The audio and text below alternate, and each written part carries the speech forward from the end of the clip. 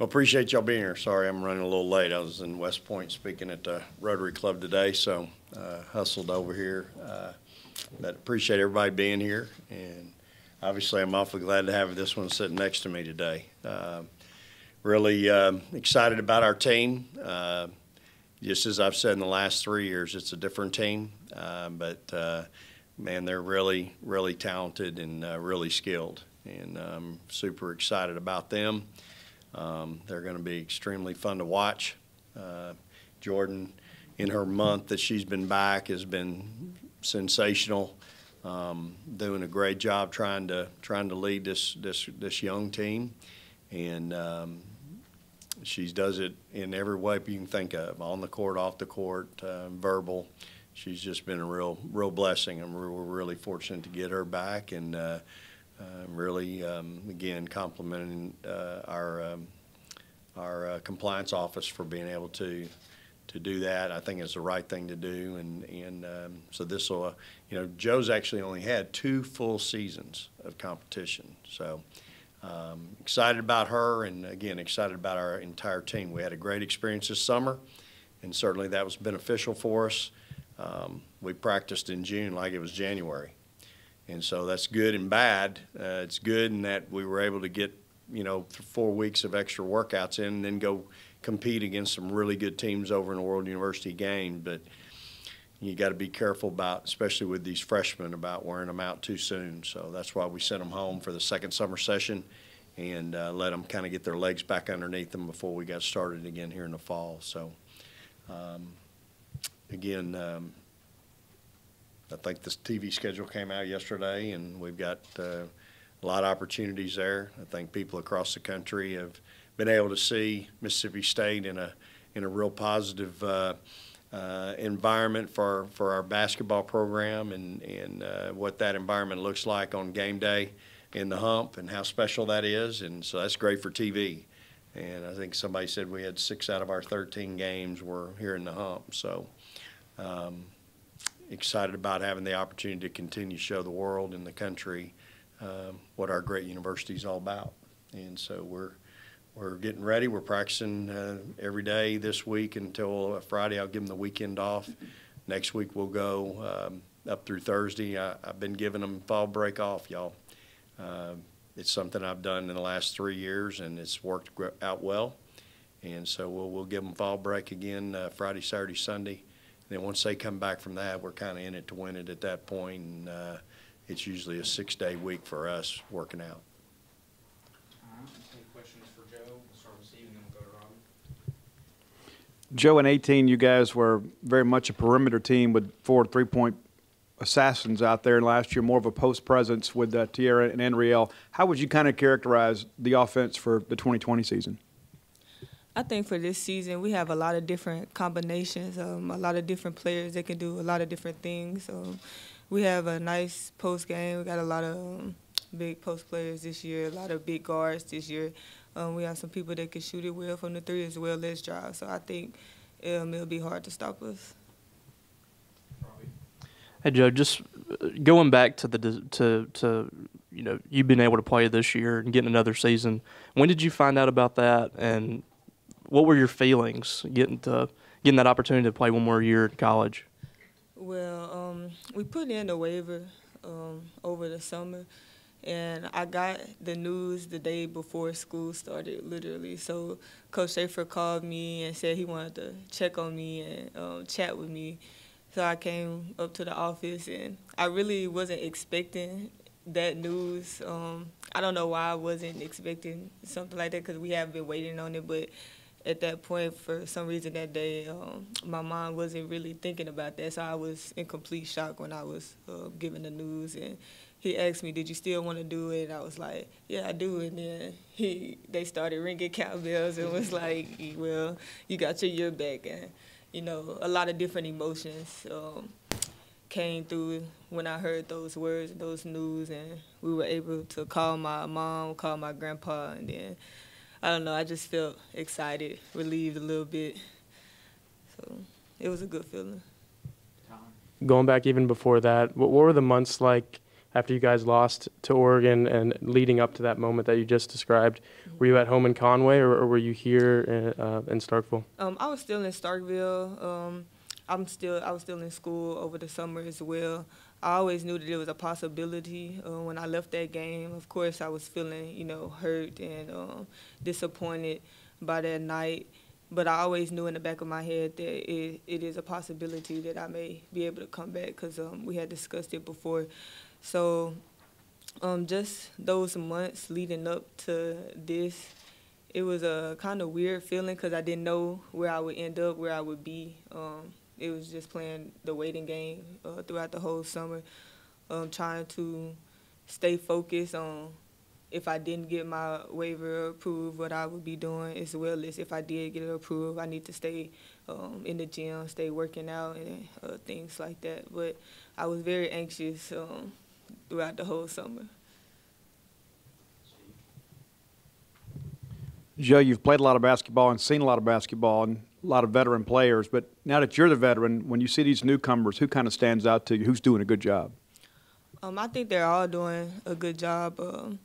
Rakia is doing real good, just getting up and down the floor, and I've seen a lot of her in the passing lanes. I know Coach Schaefer likes to see her denying the ball out there in practice lately, so I think that's pretty good. Our guards, Aaliyah, Jayla, and Jemiah, I've seen them progress over from the first practice that I seen in the summer, just to now, just their defense and their willingness to learn. They all have some dog in them. They all have some fight in them, which is very exciting to watch. So I think it'd be very exciting to see them play. You mentioned earlier having confidence. I'm just going to wait outside. They ain't asking. You mentioned earlier having confidence in your post players. Obviously, life without Big T starts now. What's it like kind of going through practices and not seeing her out there, but also having confidence in the other post players, like you said? It is a little different not seeing Tierra out there, not just throwing the ball up to her, get us out of trouble, her just snagging those rebounds down. It's kind of a little relief for me as a guard that I can go in the post now and try to do something, try to get a rebound or two without her and Riel being there.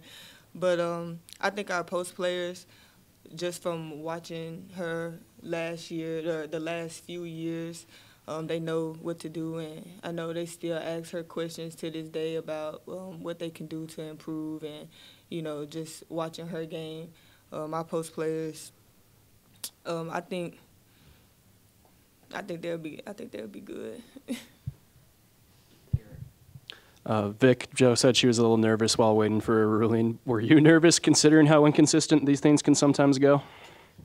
Yeah, I mean, you're anxious. I just think that it's the right decision. It's the right thing for her. I always felt in my heart that we had a great shot at it. But again, you just never know with the committee, and so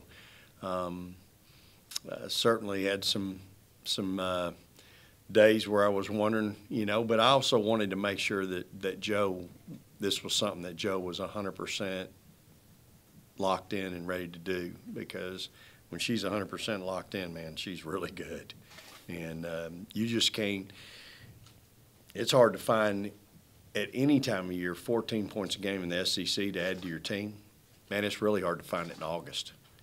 And, that's what she averaged last year was 14. She didn't turn the ball over. She averaged 3 assists, 3 steals, I think, a game, 2 or 3 steals a game, 2 or 3 assists. I mean, so to add a player like her to our current roster was really special. And certainly I knew what the implications and the ramifications could be if we could get her. I'm sure there was probably 13 other schools that weren't really excited to see that, because I think she's earned their respect throughout her career here and the impact that she's had on our program. Any other questions for Joe? Todd? I have one for Vic. Well, we'll excuse Joe so she can get ready for practice, and we'll take questions for Vic. Thank you.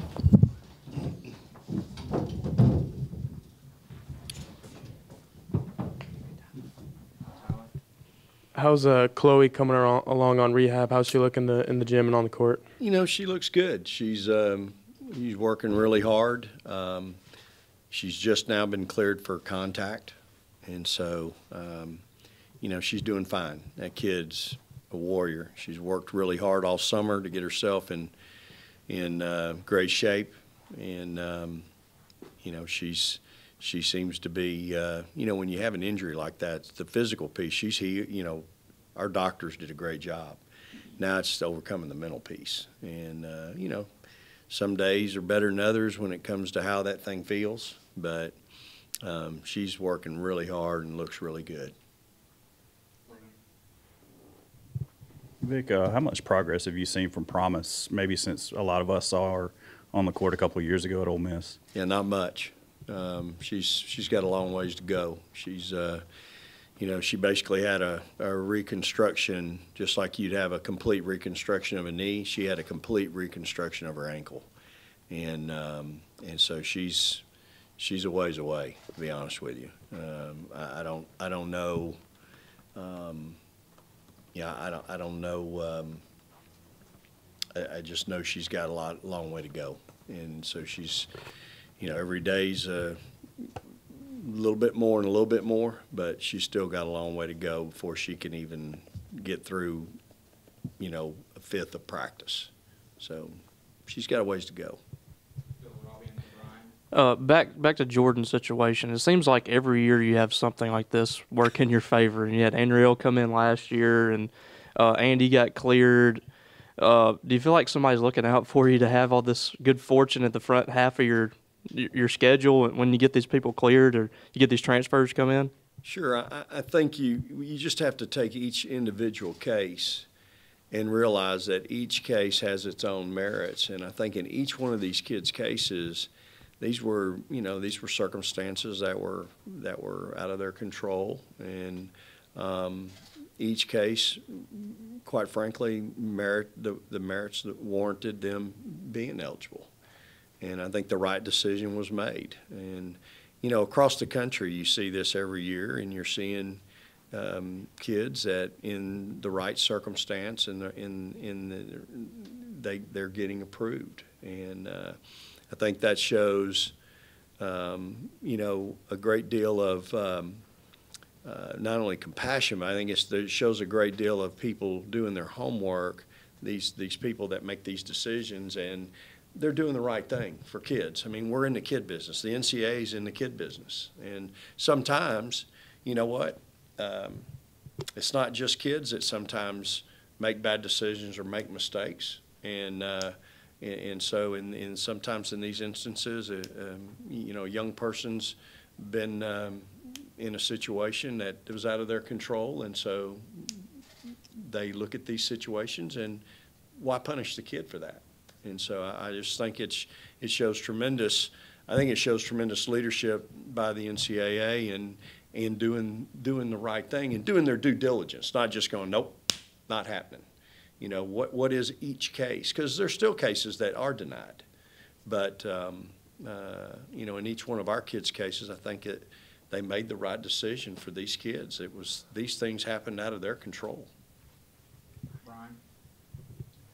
I feel like if you ask the average fan who's the biggest piece for you to replace, they would say Tierra. But I feel like you will say Jazz. Looking at your point guard situation, who do you like there? And is that a place where Jordan can help you with her being back? Yeah, absolutely. I think Jordan can help us there. Maya's been here now going on her third year, and she's somebody that obviously we're going to need to play. If you can play Maya or Jemiah or Aaliyah at point, then it lets Jordan really be in her position that she needs to play, which is the off guard. Now, if I have to play Jordan at point, my job is to put her in a position still where she's an offensive player. And so, you're right. Replacing your point guard is certainly an important piece. It's the quarterback of the football team. It's a really important position. So we've got to make sure we continue to develop our guards, especially our point guards, and get them ready to play because point guard play affects everybody. Maya is certainly probably my best help side defender, and maybe one of our better on-ball defenders. And so, our job is to help her become the overall player she needs to become, just like it is with every player we have. And, I think Jemiah has played some point in high school. Aaliyah has as well. And so we've got to kind of maybe get those kids ready, too, in case we've got to go to option 3 or 4. Coach, speaking of newcomers, Rakia Jackson obviously was a big part of things for you when you made your overseas trip. How was she acclimated to life and times in the SEC, and what are your expectations for her this year? Sure. First of all, I think she's acclimated well to our university and our community. I talked to her yesterday, and she's just a happy, smiling kid that enjoys being here. She enjoys our community. She's just she really seems to be comfortable, and she obviously had a big summer for us. Man, you talk about somebody that's really talented and loves the game, works at it, and is highly motivated. And so that kid's, her top end is off the chart. I don't know where it's going to end up, but she's got a chance to be really, really special. And she's gonna be a big key for us as a freshman. And so I think, how she acclimated to the SEC and all that, that's yet to be determined. We all know this league is a well-coached league. It's a defensive league. And so she's going to meet some defenses that are ramped up for her throughout the course of the year, and she's going to have to be able to respond to that on those nights. But she ain't scared. And, she had, I think, 38 one night overseas and averaged 22 while we were over there. And from an offensive standpoint, man, she's really hard to deal with. So really excited about her and what she shot 50% too. So that's another bonus. Coach, obviously you had a good run overseas, but what were some of the things you knew you needed to work on immediately once you got all the girls back for practice this fall? Yeah, so again, you get exposed over there. I think the Australians exposed us a little bit, and they're really talented. We're just not ready to beat the Australian team that beat us for the gold medal. They were a veteran team, really, really fundamentally sound, and they exposed us on a couple of different things. So, but again, when you've only practiced a month together, man, it's hard to go through every scenario. And I was telling someone the other day, when we played Japan in the friendly, we were down 4 with 1:04, and they had the ball. We ended up getting a stop. We scored. We get another stop. We get another score on an offensive rebound and a stick back. She gets fouled. We get an and one from Jessica. So now we're up 1 with 5 seconds left. And you got to go the length of the floor to score. Well, you're telling them in a timeout, hey, we're switching everything. But unless you really had an opportunity to work on that, it's easier said than done. And sure enough, we screwed it up. And the kid made the shot. She just happened to be standing out of bounds with 1 foot when she made it. And the referee saw it and waved off the basket. Otherwise, we get beat in the friendly. That's just a great example of, hey, we've got to work on some situations. But again, we're so early in the process, especially with those young kids, that's natural to have to work on that. But, for us, we've got a long way to go. It's a long fall getting ready. And the thing is, when we go to Victoria, Canada to play now, you're fixing to run into 3 NCAA tournament teams there, and you could face Stanford, who's number 3 in the country and got the number 1 recruiting class in the country, so, or one of the top recruiting classes in the country. So we've got to get ready to go. We've got a very good non-conference schedule full of teams that win their conference. We've got to play a bunch of mid-majors on a neutral floor, which that's what they want. It's not what I want. That's what they if you're at a mid-major and you get to play a top 10 team on a neutral floor, man, it doesn't get any better. And so we'll have to do that as well. So, but I'm excited about getting this team ready. They work extremely hard. They're compliant. They want to do what it takes every day. They're working really hard. Their attitudes are good. They show up, and so they're fun. They're really fun to see every day. Time for a couple more. Todd?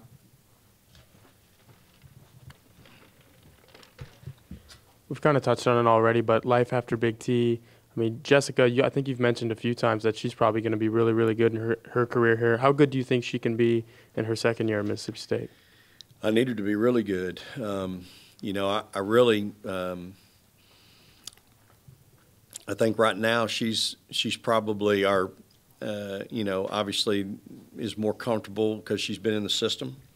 I need Yamaya to come on. Yamaya is our junior college player, and I need her to come on and continue to work and get better and understand the system. It'd be nice to get Promise healthy. I was telling Johnny this morning, she and I were talking, I'd love to see what our big lineup could look like with Promise in. Promise probably has more poise and more presence in the low post than anybody we have. She's just not able to practice yet. And so, but I'd love to see what that big lineup looks like. You put her and Jessica on the floor together, Jessica at 4, which ultimately that's where I'd love to see Jessica move to at some point in her career. It may be till her senior year, but that's okay. Play Rakia at 3 at 6'2", Joe over there at the 2. I mean, that's a big lineup, and I would love to see what that looks like. You could cover a lot of ground, could play the matchup. I mean, you could do a lot of things in that, and then you can just chunk it and go get it, with that group. So I'm anxious to try to get Promise where she can function a little bit, her and Yamaya, so we can maybe look at that. But I do like our low post presence. I think those 3 kids are doing a great job. And, Sydney, our transfer from Michigan State, she can't play right now, but she's practicing every day. And, man, you talk about a kid that can fill it up. And so that's an exciting, piece to the puzzle to have in the future. And, she's really going to be special for us. So, we've got some options. It's real, like I said, it's real early. We're at practice number 4 today. Is there a timetable for Promise? Do you expect to see her on the floor sometime this year? Yeah, man.